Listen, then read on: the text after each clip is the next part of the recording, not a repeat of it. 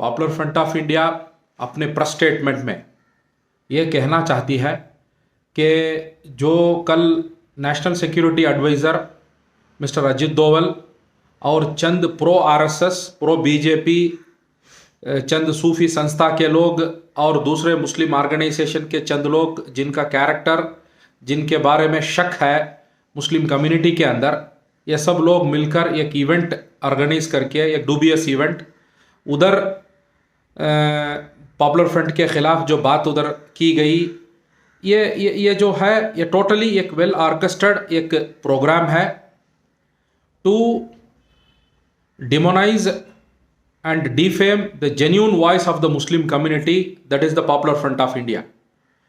अब ये event organise करने वाले, इसमें पार्टिसिपेट करने वाले ये सूफी संस्था के लोग और मिस्टर अजित डोवल सिंसियर रहे तो इन लोगों को जो जेन्यून इश्यूज़ है कम्युनिटी के, हर दिन पे दिन जो एट्रॉसिटीज़ आरएसएस के तरफ से, नफ़रत जो बीजेपी के आरएसएस के तरफ से जो मुस्लिम कम्युनिटी आज फेस कर रही है, उसको एड्रेस करना चाहिए, उसको सॉल्व करना चाहिए, ना कि इसके ख़िलाफ़ बात करने वाले और हक मांगने वाले पॉपुलर फ्रंट और उनके साथ जुड़े हुए लोगों के ख़िलाफ़ बात करना कोई मतलब नहीं रखता है। और मुस्लिम कम्युनिटी ये ऐसे तरीके के dubious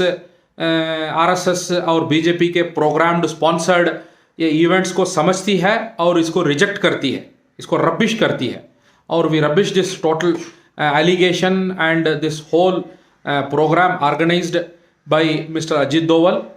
and it has got no impact, the real impact on the community or nation as a whole. Thank you. मिलत टाइम्स को आपकी ज़रूरत है, हमारी आप माली मदद करें। हर महीने सिर्फ 100 रुपये और 1 साल के लिए एक साथ सिर्फ 1000 रुपये। रकम भेजने के लिए यहाँ दिए गए फ़ोन पे, गूगल पे और पेटीएम नंबर का इस्तेमाल कर सकते हैं।